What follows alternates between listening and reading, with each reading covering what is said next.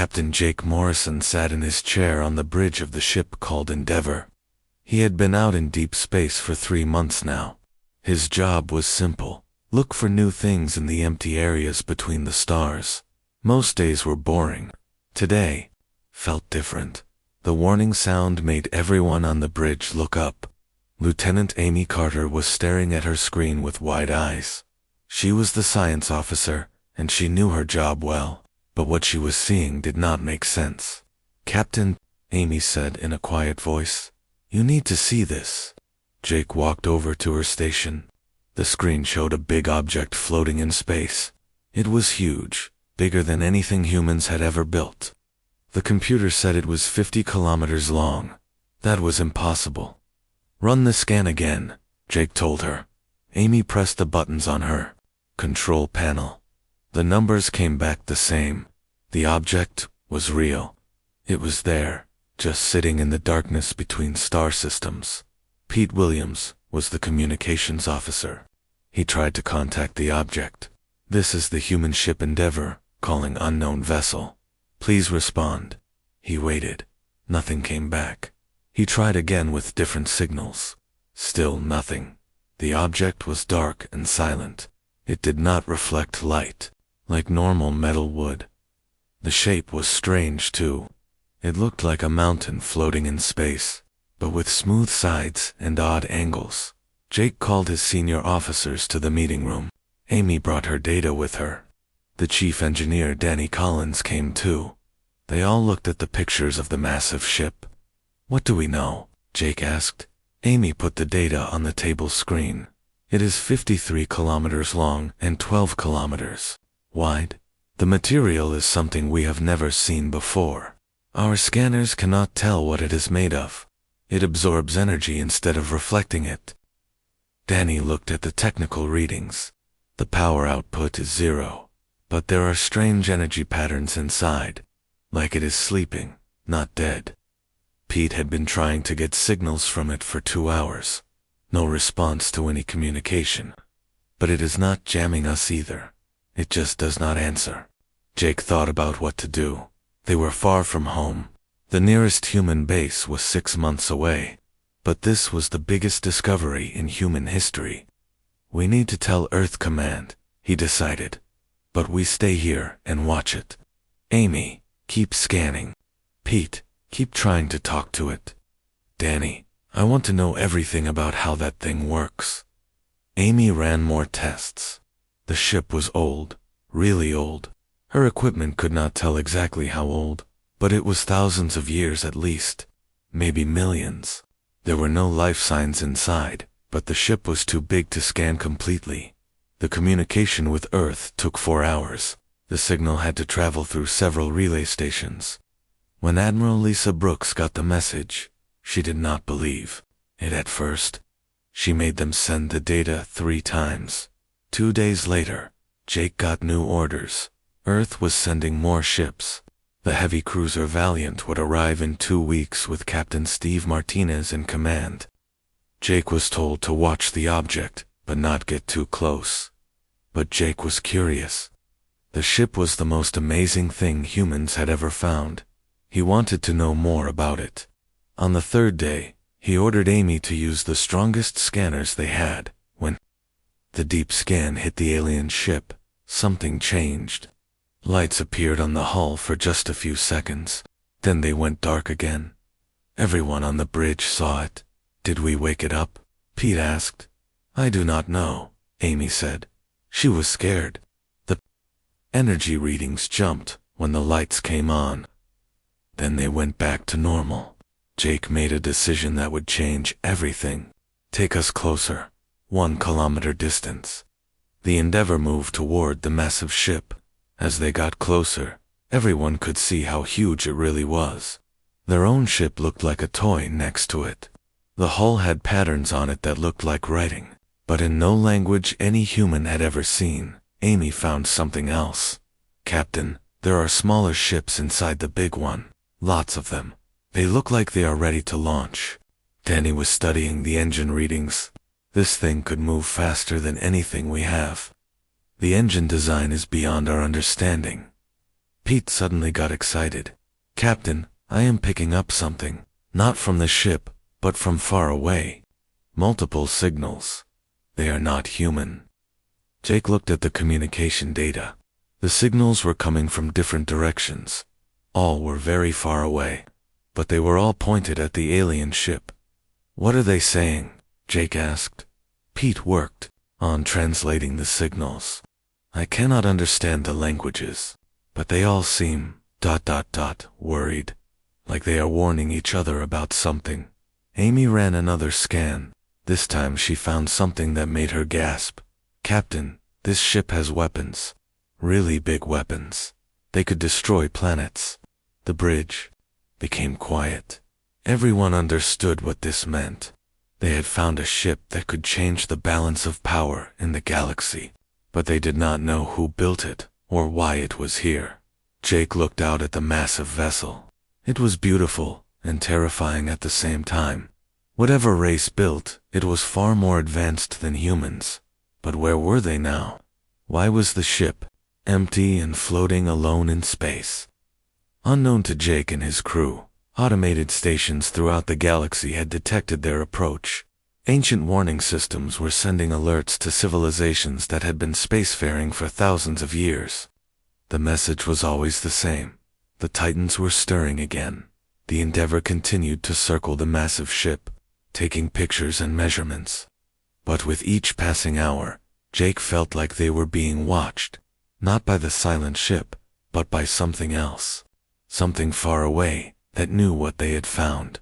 On the fourth day, Captain Steve Martinez and the Valiant arrived. The heavy cruiser was 3 times bigger than the Endeavor, but it still looked small next to the alien vessel. "Jake," Steve said, over the communication system, "what the hell have you found out here?" Jake looked at the enormous ship floating in space. "I think we found something that was never meant to be found." Far across the galaxy, in the capital city of the Zentari Empire, alarms were ringing. The massive palace that housed the Supreme Command was in chaos. General Vex looked at the data screen with fear in his 3 eyes. "Are you certain?" he asked his intelligence officer. "Yes, General. The humans have found a Titan-class vessel. Our deep space monitors confirmed it 2 days ago." General Vex felt cold. He was old enough to remember the stories from his grandfather. Stories about the last time a Titan ship had awakened. Entire star systems had been destroyed. Billions had died. "Send the order," he said quietly. "All fleets return to home systems. Immediately. Full defensive positions. No exceptions." The Zentari Empire controlled 300 star systems. They had the strongest military in this part of the galaxy. But even they were afraid of the Titan ships. On the crystalline world of Velos Prime, the collective was having an emergency. Meeting the Velish were different from other races. They shared thoughts through crystal networks. When one knew something, they all knew it instantly. The shared mind was filled with terror. Ancient memories passed through the crystal networks. Memories of the last Titan awakening 500 years ago. The Velish had been lucky then. They had hidden their worlds and survived. But many others had not been so lucky.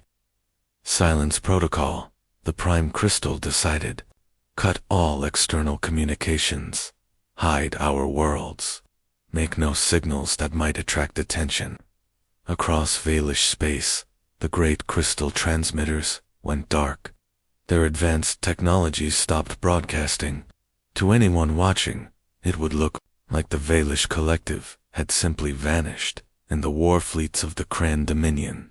Commanders were getting strange orders. The Kran were warriors.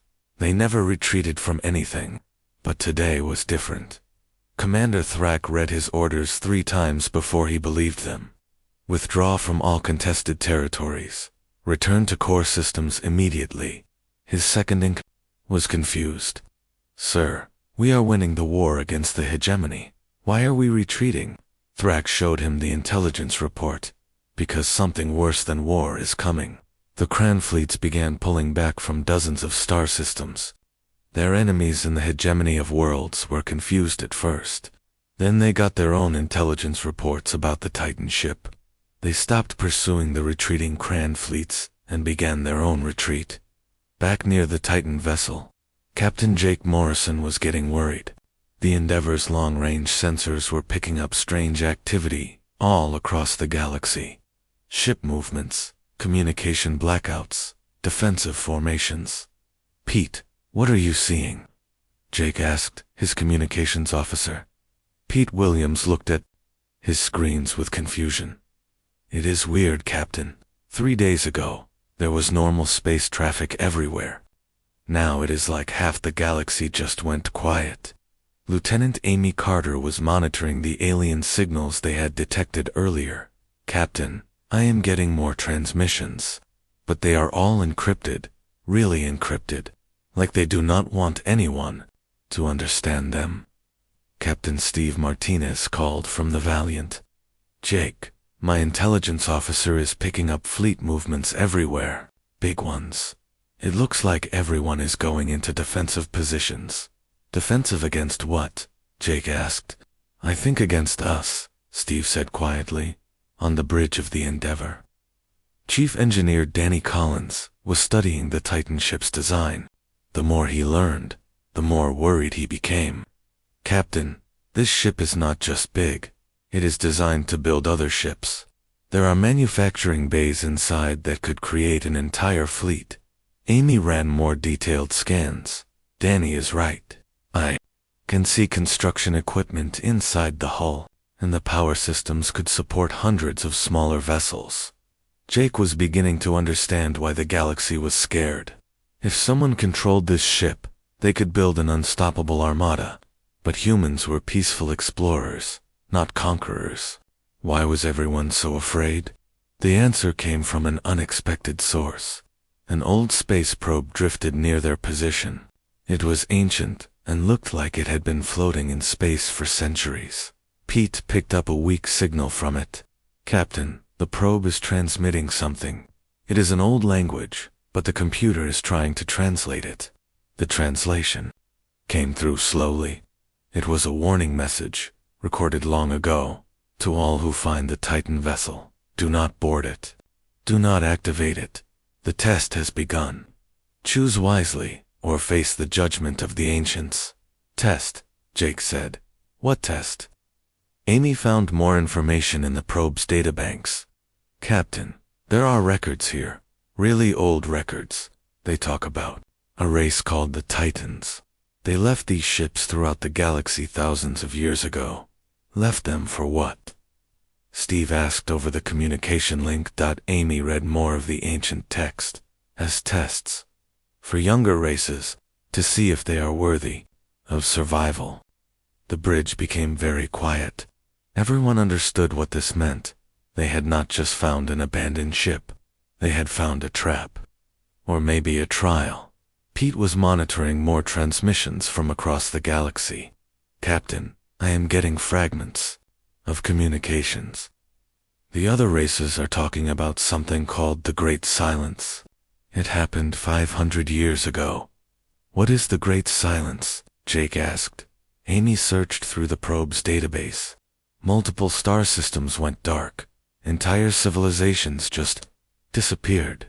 The records say it happened after a Titan ship was activated. Danny looked at his engineering data with new understanding. "Captain, what if these ships are not just weapons? What if they are judges?" Jake felt a chill run down his spine. "Judges of what?" "Of whether a race deserves to continue existing," Amy said quietly. The implications were terrifying. If the ancient records were true, then every civilization in the galaxy had faced this test. Some had passed, others had been erased from existence. "But we have not done anything," Pete said. "We just found it." "Maybe finding it is part of the test," Steve suggested from the Valiant. Jake looked at the massive alien ship floating silently in space. It was beautiful and deadly at the same time. Inside it were weapons that could destroy worlds and factories that could build unstoppable fleets. The question was, what were humans supposed to do with it? All across the galaxy, ancient civilizations watched and waited. They had all faced this moment before. They had all been tested by the Titan ships. Some had tried to claim the ship's power and had been destroyed. Others had shown wisdom and had been allowed to survive. Now, it was humanity's turn. The Centauri Empire's fleets were hidden behind their strongest shields. The Valish collective had gone completely silent. The Cran Dominion's warriors waited in their home systems. Even the mysterious hegemony of worlds had recalled their exploration fleets. Everyone was waiting to see what the humans would do. Would they try to board the ship? Would they attempt to claim its power? Or would they show the wisdom that so few races had demonstrated? Jake made a decision that would echo across the galaxy. Both ships maintain distance. No one goes near that vessel until we understand what we are dealing with. But even as he gave the order, Jake could feel the weight of countless eyes watching them. The test had begun, and humanity's future hung in the balance. Captain Jake Morrison stood in the shuttle bay of the Endeavor, watching his best people prepare for the most dangerous mission in human history.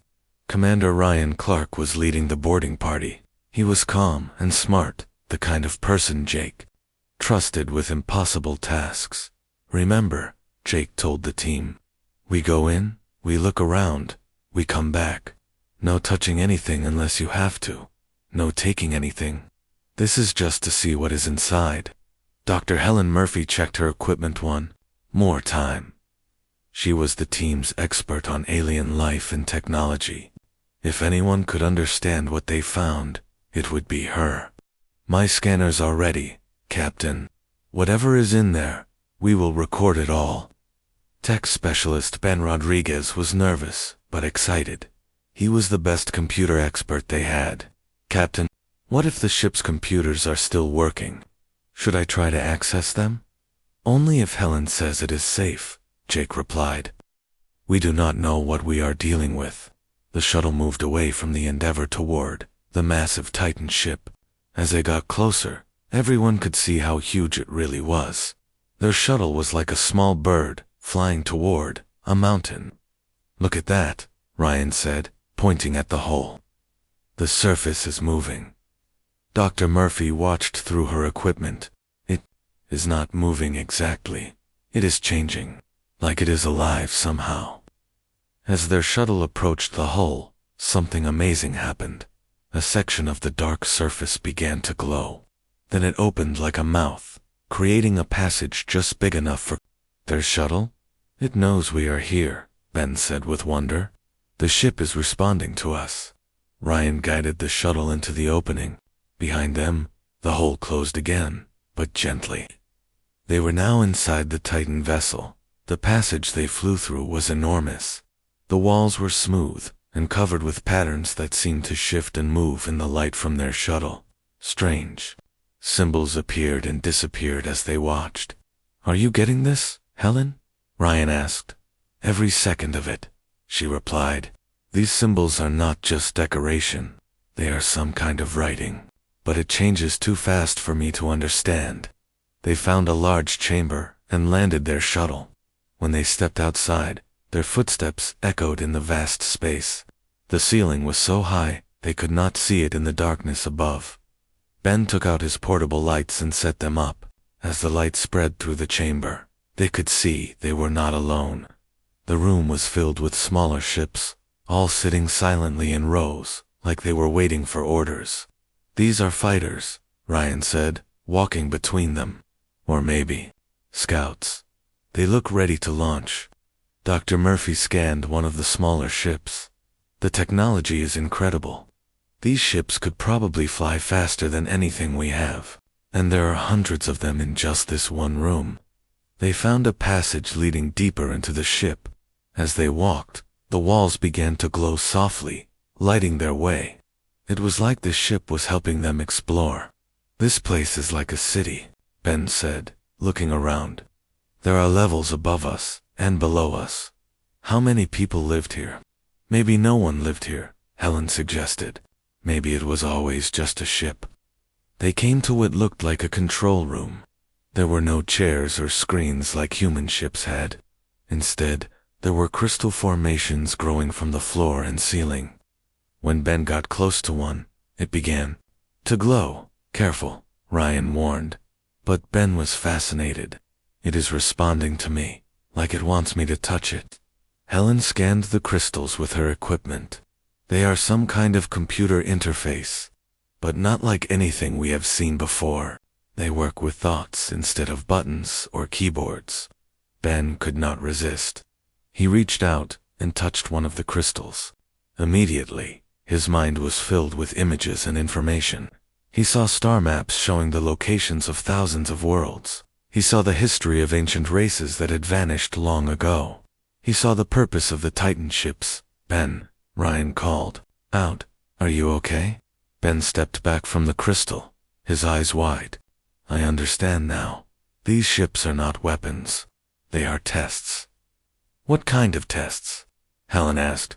Ben tried to explain what he had seen. The race that built these ships was called the Titans. They were the first to travel between the stars. But they found that power corrupts. Young races would find advanced technology and use it to destroy each other. Ryan was listening carefully. "So they built these ships to test other races?" "Yes," Ben said. "Each ship contains enough power to rule the galaxy. But it also watches what the race does with that power. If they choose conquests and destruction, the ship eliminates them. If they choose wisdom and peace, they are allowed to join the galactic community." Helen was scanning more of the ship's systems. "That explains why all the other civilizations are hiding. They know what this ship can do." Back on the Endeavor, Captain Jake was getting worried. The boarding party had been inside the Titan ship for 3 hours. Their communications were working, but the reports they were sending back were incredible. Captain Pete Williams called from his station. "I am picking up activity from the Titan ship. Energy levels are rising throughout the vessel." Amy Carter was monitoring the ship's systems. "Something is happening. The ship is powering up. All the dark sections are starting to glow." Captain Steve Martinez called from the Valiant. "Jake, are you seeing this? The whole ship is coming alive." Inside the Titan vessel, the boarding party felt the ship awakening around them. Lights came on in passages they had not explored. The sound of machinery hummed through the walls. It was like a giant creature waking up from a long sleep. "We need to get back to the shuttle," Ryan decided. "Now." But as they turned to leave, they found their path blocked. Not by walls or doors, but by something else. The air in front of them shimmered and took shape. It was not solid, but it was there. "What is that?" Ben asked. Dr. Murphy's equipment was going crazy. "It is some kind of energy being, like a ghost, made of electricity." The energy being began to communicate with them, not with words, but with thoughts placed directly into their minds. It showed them images of other races that had found Titan ships. Some had tried to use the ship's weapons to conquer their enemies. Those races were shown being destroyed completely. Others had studied the ships but chose not to use their power. Those races were shown thriving and joining a great galactic alliance. "It is showing us the choice," Helen said. "Use the power or show wisdom." The energy being showed them one more thing. It showed them what would happen if humans chose wrong. Earth would be destroyed. All human colonies would be eliminated. The human race would cease to exist. But it also showed them what would happen if they chose correctly. Humans would be welcomed into the galactic community. They would learn from older, wiser races. They would become part of something greater than themselves. The test is not just about the ship, Ben realized. It is about what we do with the knowledge that we found it. Ryan understood. We have to choose. Do we try to claim this power, or do we walk away? The energy being waited for their response. Around them, the Titan ship continued to power up. Weapon systems came online. Manufacturing bays prepared to build fleets of smaller ships. All of this incredible power was being offered to humanity, but there was a price. If they took it, they would be judged by how they used it. and the judgment had always been the same for races that chose power over wisdom. "We need to tell Captain Morrison," Ryan said. "This decision is too big for us to make." The energy being seemed to understand. It showed them a path back to their shuttle. As they walked, they could feel the weight of the choice ahead of them. The fate of the human race would depend on what Captain Morrison decided to do. Behind them, the Titan ship continued to wake up, its ancient systems preparing for whatever choice humanity would make. When the Titan ship fully awakened, every advanced civilization in the galaxy felt it. Ancient warning systems that had been quiet for centuries suddenly came to life. Emergency meetings were called on 100 different worlds. On the Zen homeworld, General Vex stood before the High Council. His 3 eyes were filled with fear as he spoke to the assembled leaders. "The humans have activated a Titan vessel. Our deep space sensors confirm it. The ship is at full power for the first time in 500 years. The eldest counselor was so old she remembered stories from the last awakening. "How long do we have?" she asked. "Unknown," General Vex replied. "The last time, judgment came within days. Some races had hours to prove themselves, others had weeks, but none had long." In the crystal cities of the Valish Collective, the shared mind was in chaos. Millions of crystal beings were connected through thought, and all of them were terrified. Their collective memory held the truth about the Titan ships. They were not just weapons, they were executioners. The prime crystal spoke to the entire collective at once. "Begin the deep hiding. Shut down all technology that might attract attention. Make our worlds invisible. If the humans fail their test, we must not be found." Across Valish space, entire star systems began to disappear from detection. Advanced technology made their worlds invisible to all sensors. The Valish had survived the last Titan awakening by hiding, and they would do it again. The warlike Kran Dominion had a different reaction. In their great war halls, commanders argued about what to do. Some wanted to attack the humans before they could use the Titan ship's power. Others wanted to hide like the other races. Commander Thrak stood before the War Council. "Fighting the Titans never worked," he said. "Every race that tried was destroyed completely. We must wait and see what the humans choose." But the younger commanders were angry. "The humans are weak explorers," one shouted. "If they control a Titan ship, they will become too powerful. We should destroy them now and bring the Titan's judgment on ourselves." Thrak replied, "No, we wait." Meanwhile, on the human ship Endeavor, Captain Jake Morrison was dealing with the most important decision in human history. Commander Ryan Clark had just returned from the Titan vessel with news that changed everything. "The ship is not just a weapon," Ryan explained to Jake and the other senior officers. "It is a test. The alien race that built it wanted to see how younger races would use ultimate power. Dr. Helen Murphy showed them the data she had collected. The energy being inside the ship showed us what happened to other races. The ones that tried to use the Titan ships to conquer others were all destroyed, completely wiped out." Tech specialist Ben Rodriguez was still shaken by what he had experienced. "Captain, I touched their computer system. I saw the records. Dozens of civilizations have found these ships over thousands of years. Most of them failed the test." "What happens to the ones that pass?" Jake asked. "They become part of a galactic alliance," Helen explained. "The older races welcome them and share knowledge, but only if they prove they are wise enough not to abuse power." Captain Steve Martinez joined the meeting through video link from the Valiant. "Jake, what are our options here?" Jake looked at the data. "From what I understand, we have 3 choices. We can try to claim the ship and use its power. We can study it, but not use it. Or we can walk away completely." "And if we choose wrong?"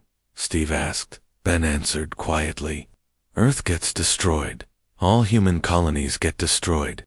Every human in the galaxy dies." The meeting room became very quiet. Everyone understood the weight of the decision. Jake was not just choosing for his crew or even for Earth. He was choosing for the entire human race. How long do we have to decide? Jake asked. The energy being did not say, Ryan replied. But from the historical records, most races were judged. Within a few days of activating the ship, Lieutenant Amy Carter was monitoring the Titan vessel from her station. She reported that the ship was still powering up. New systems came online every hour. Weapons that could destroy planets. Manufacturing systems that could build vast fleets. All of it was becoming available to humanity. But there was something else happening that worried everyone. Communications. Officer Pete Williams was picking up strange signals from across the galaxy. Captain Pete reported, I am getting encrypted transmissions from dozens of different civilizations. They are all talking about us, about what we might do with the Titan ship. Can you decode any of them? Jake asked. Some of them, Pete said. Most are just monitoring us, but a few are, different. It sounds like some races are preparing to attack us if we make the wrong choice. Jake felt the pressure building. Not only did humanity have to pass the Titan's test, but they also had to deal with other civilizations that might try to stop them. Amy found something else troubling in her scans. Captain, the Titan ship is not the only one. My long-range sensors are detecting similar ships in other parts of the galaxy. They are all powering up too. How many? Jake asked. At least 12 that I can detect. Maybe more beyond our sensor range. Dr. Murphy realized what this meant. It is not just testing us. The awakening of one ship is activating all of them. The entire galaxy is being tested. Jake understood now why all the other civilizations were so afraid. This was not just about humanity finding one abandoned ship. This was about the ancient Titans judging whether any of the current galactic civilizations deserved to continue existing. Back inside the Titan ship, Commander Ryan's team had made another discovery. In one of the deeper chambers, they found something that looked like a museum. It contained artifacts from dozens of different civilizations, races that had found Titan ships in the past. Look at this, Ben said, examining a display. These are from the Vorthok Empire. According to the records, they controlled 200 star systems. They found a Titan ship 3,000 years ago. What happened to them? Helen asked. Ben, read the alien text that appeared in his mind when he touched the display. They tried to use the ship to conquer their neighbors. The Titans eliminated their entire race. Every Vorthok in the galaxy was destroyed in a single day. Helen found another display. This one is from the Kalari Federation. They were peaceful explorers, much like humans. When they found their Titan ship, they studied it but refused to use its weapons. And, Ryan asked, they still exist, Helen said. They are part of the Galactic Alliance now. One of the oldest members. The pattern was clear. Races that chose power were destroyed. Races that chose wisdom were rewarded. But the test was not just about one decision. It was about what that decision revealed about the race's character. As the team explored more of the ship, they began to understand its true purpose. The Titans had not built these vessels to rule the galaxy. They had built them to ensure that only wise and peaceful races could become truly powerful. It is like a filter, Ben explained. The ships weed out the dangerous civilizations before they can become a threat to others. But there was one more thing they discovered that changed everything. In the deepest part of the ship, they found a chamber containing thousands of crystal formations. Each crystal held the preserved consciousness of a Titan. They are still here, Helen whispered. The original builders. They are watching everything. The crystals began to glow, and suddenly the team could feel the presence of the ancient Titans. These beings were older than any civilization in the galaxy. They had seen the rise and fall of countless races, and now they were judging humanity. The message that came from the crystals was simple, but terrifying. Choose wisely, young race. Your time of judgment has begun. Captain Jake Morrison stood alone in his quarters, looking out at the massive Titan ship through his window. The weight of the entire human race rested on his shoulders.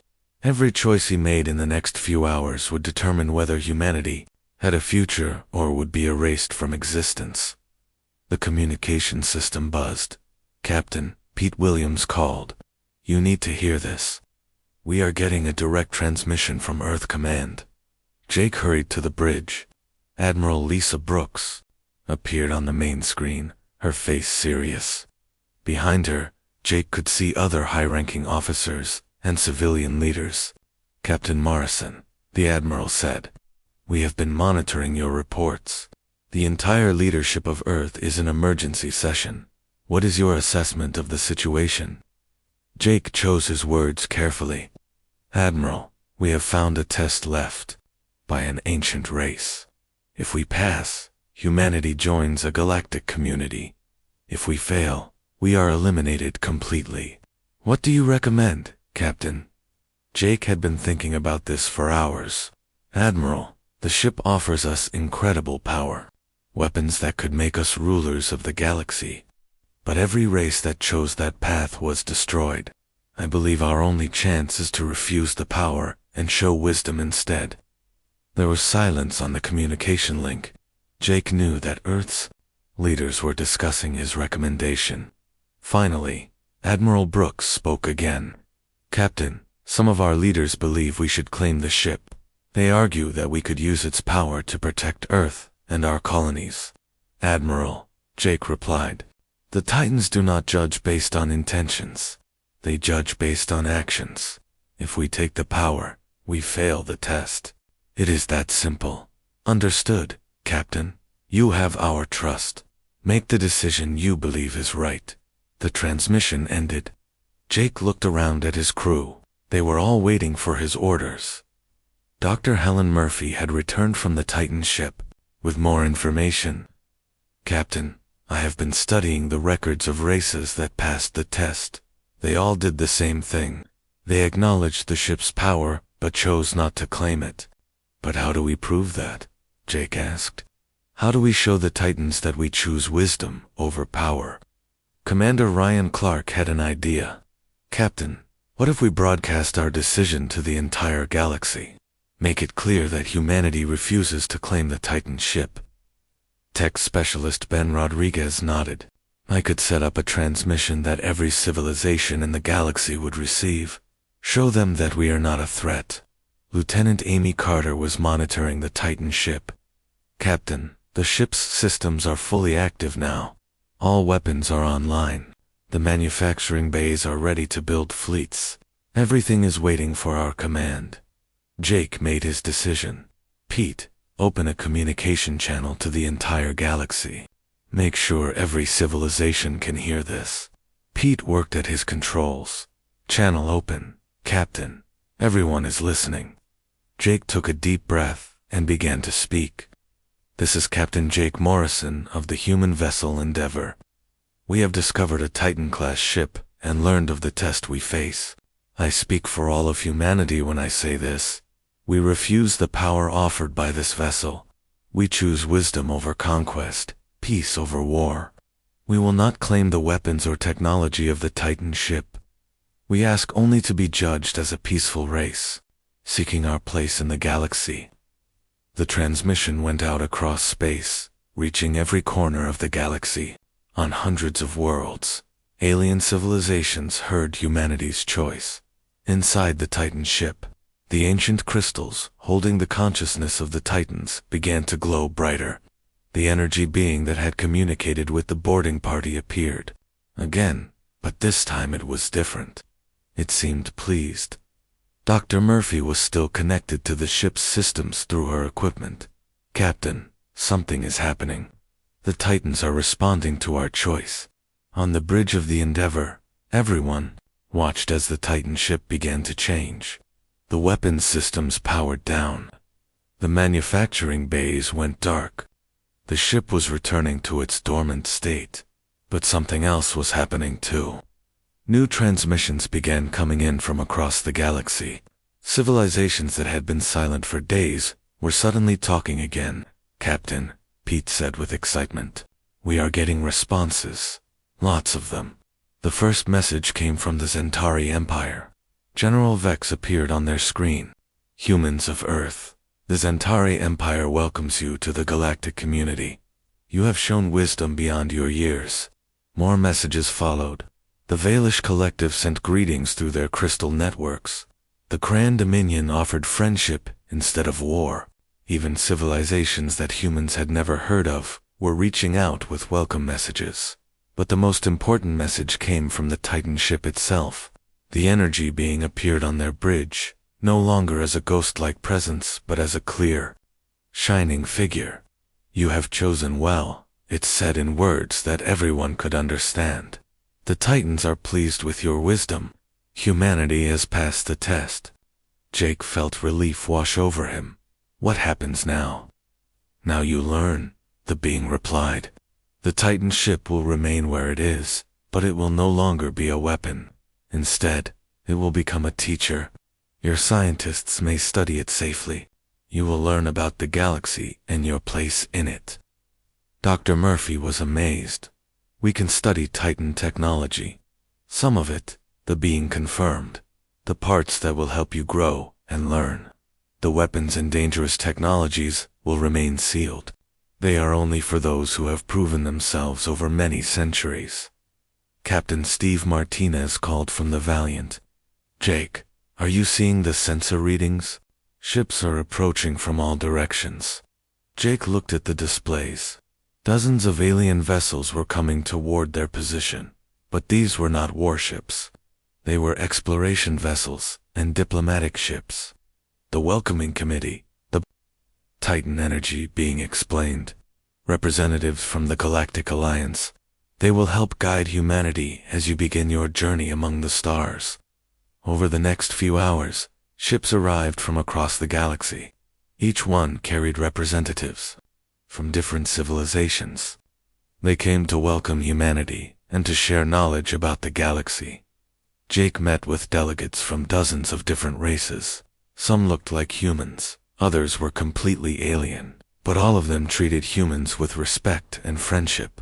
Your race shows great promise, said Ambassador Kell of the Zentari Empire. Young races that pass the Titan test often become valuable members of our alliance. What about the other Titan ships? Jake asked. Dr. Murphy detected several of them activating. They have all returned to dormancy, Ambassador Kell explained.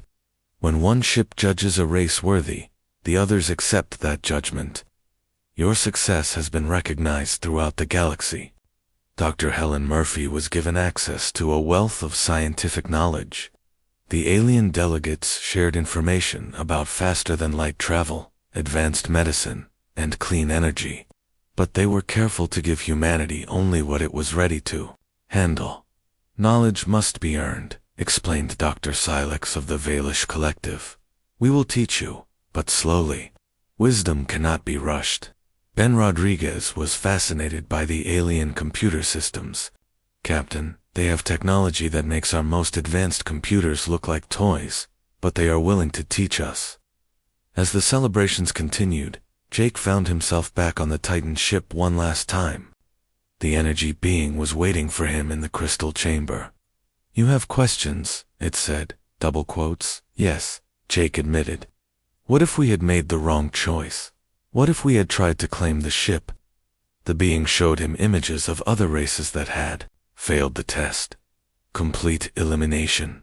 Every member of those races, everywhere in the galaxy, was removed from existence. The Titans do not give second chances. Jake felt a chill. How many races have failed? Hundreds, the being replied. Power corrupts most young races. Few have the wisdom to refuse ultimate power when it is offered, and the ones that pass become part of something greater than themselves. The Galactic Alliance has existed for millions of years. It is made up of races that all passed the same test you faced today. Jake looked around at the crystal chamber. Will we ever meet the actual Titans? Not just their preserved consciousness? Perhaps, the being said. The Titans still exist, but they have moved beyond physical form. They watch over the galaxy and guide the Alliance. If humanity proves itself over many years, you may earn the right to speak with them directly. As Jake returned to the Endeavor for the final time, he reflected on what had happened. Humanity had faced its greatest test and passed. They had been offered unlimited power and had chosen wisdom instead. The Titan ship remained where they had found it, but it was no longer a threat or a temptation. It was now a school where human scientists would learn about the galaxy and their place in it. Ships from Earth were already on their way, carrying diplomats and scientists eager to begin humanity's new chapter. The galaxy that had seemed empty and hostile just days before was now full of friends and teachers. Jake stood on his bridge one last time before departing for Earth. The massive Titan ship floated peacefully in space, its weapons silent, its purpose fulfilled. Around it, ships from dozens of civilizations worked together, beginning humanity's education about the galaxy. Course set for Earth, Captain Amy Carter reported. "Take us home," Jake said. "We have a lot to tell them." As the Endeavor turned toward home, Jake knew that everything had changed. Humanity was no longer alone in the universe. They had joined something ancient and wise and wonderful. And it had all started with the courage to refuse ultimate power when it was offered. The test was over. Humanity had passed. Their real journey was just beginning.